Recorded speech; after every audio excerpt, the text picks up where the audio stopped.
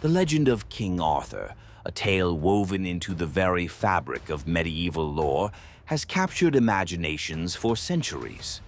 But as with many legends, the line between fact and fiction tends to blur. Today, we embark on a quest of our own to separate the man from the myth and the truth from the tales. The earliest references to a figure resembling King Arthur appear in the 9th century work known as Historia Brittonum.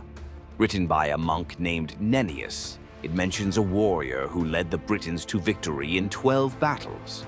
The details are sparse, and this account is far from the glamorous stories later associated with the Arthurian-legend. Yet, this was one of the first inklings of an Arthur-like character to grace historical documentation. By the 12th century, Arthur's story was greatly embellished, thanks primarily to Geoffrey of Monmouth. In his work, Historia Regum Britanniae, Geoffrey presented Arthur not merely as a warrior, but as a destined king of grandiose stature and significant power. His tales introduced mythical elements, like the fabled sword Excalibur and the venerable wizard Merlin, and solidified Camelot as the idyllic seat of his throne. This version was widely successful and sparked numerous adaptations across Europe. However, despite the mythical facade, no concrete archaeological evidence affirms the historical existence of King Arthur.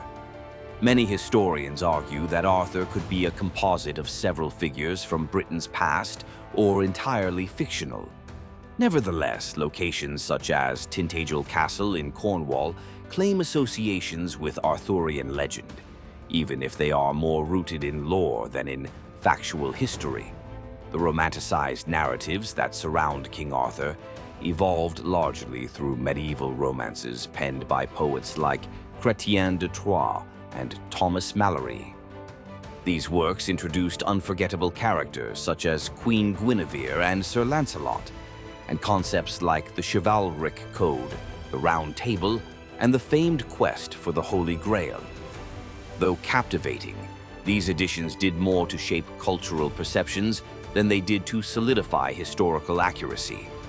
As the centuries rolled on, the legend of King Arthur was shaped again by the hands of modern authors and filmmakers.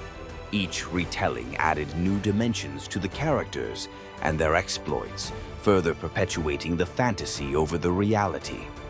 But can we truly discern the truth behind the myth?